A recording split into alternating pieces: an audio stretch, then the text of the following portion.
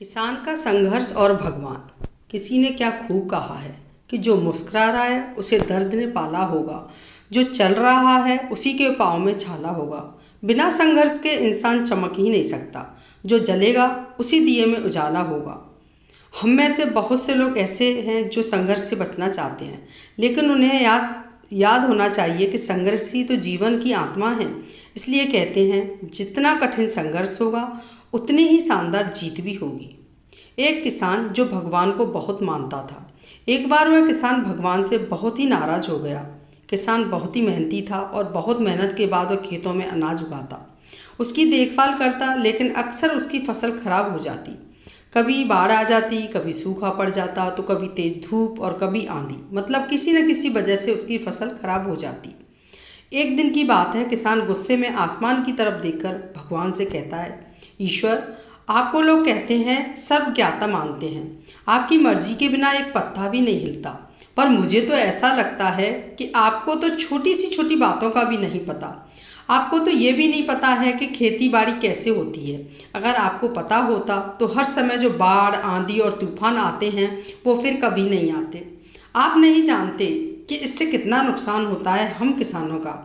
यदि आप मेरे हाथ में ऐसी शक्ति दे दें कि जैसे मैं चाहूँ वैसा मौसम कर दूँ, फिर आप देखना, मैं अन्न के भंडार लगा दूंगा। भगवान किसान के इन तीखे वाक्य को सुनकर मुस्कुरा रहे थे और वह किसान के सामने प्रकट हुए और बोले, मैं आज से तुम्हें ऐसी शक्ति देता हूँ कि तुम अपने खेतों पर तुम्हारी जैसी इच्छा हो तुम वैसा मौसम कर दोगे। मैं इसमें बिल्कुल भी दखल नहीं दूंगा, सब कुछ तुम्हारी इच्छा से होगा। किसान वरदान पाकर बहुत खुश हो गया।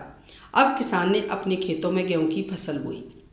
अब जब किसान को लगता कि खेतों को धूप चाहिए तो खेतों पर धूप कर देता, जब पानी बरसना चाहता तो पानी बरसा देता। आंधी, तूफान, बाढ़ आदि कुछ भी उसने अपने खेतों पर आने ही नहीं दी। किसान के खेत में इस वर्ष ऐसी फसल हुई जैसी शायद पहले कभी नहीं हुई थी। हरी भरी लहलाती फसल को देखकर किसान मन ही मन वह बहुत खुश हो रहा था और सोच रहा था, अब सबूत के साथ दिखाऊंगा भगवान को कि कैसे किया जाता है शक्ति का सही उपयोग। मेरी सफलता देखकर तो उन्हें अपने नियम जरूर बदलने पड़ेंगे। कुछ दिन और गुजरे, अब फसल कटने को तैयार थी।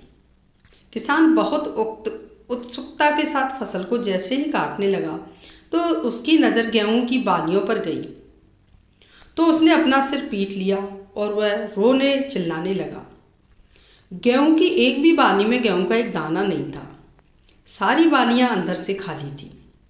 अब किसान बहुत दुखी हो गया और किसान ने भगवान को रोते हुए फिर से पुकारा, हे प्रभु, तुमने मेरे साथ क्या किया? तुमने मुझे ऐसी सजा क्यों दी? भगवान प्रकट हुए और बोले, पुत्र, ये तो होना ही था, क्योंकि तुमने अपनी फसल को संघर्ष करने का मौका ही नहीं दिया। तुमने तो उन्हें आंधियों से जूझने ही नहीं दिया, ना तेज बारिश को सहने दिया और ना ही धूप में तपने दिया। तुमने अपने खेतों को एक भी चुनौती का सामना तो करने ही नहीं दिया ना, इसलिए तुम्हारी सारी फसल अंदर से खोखली रह गई।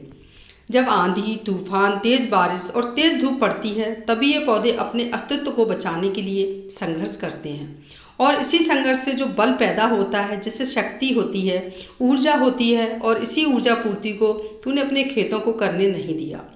तेरे खेतों में बालियां सिर्फ इसलिए नहीं फूटी क्योंकि तुमने उन्हें कठिन परिस्थितियों से गुजरने ही नहीं दिया जहां उनके अस्तित्व का जन्म होता था। याद रखना, सोना तब तक सोना नहीं होता है, वह आग में तपने, गलने और हथौड़े से पीटने जैसे संघर्षों से होकर नहीं गुजरता है। कोयले का टुकड़ा भी हीरा तभी बनता है जब वह उच्च दाब और उच्च ताप की मुश्किल परिस्थितियों से गुजरता है।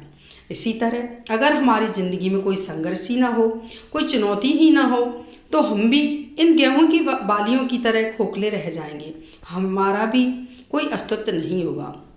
विपरीत परिस्थितियां, चुनौतियां और समस्याएं हमें और अधिक निखारती हैं।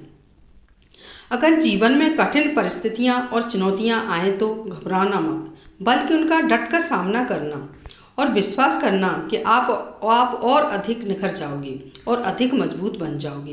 किसी ने सही कहा है, जिंदगी जीना आसान नहीं होता, बिना संघर्ष कोई महान नहीं होता। जब तक ना पड़े हथौड़े की चोट तब तक मेरे दोस्त पत्थर भी भगवान नहीं होता। पत्थर भी भगवान नहीं होता। दोस्तों, ये कहानी आपको पसंद आती है तो आप कमेंट ज़रूर करें। धन्यवाद।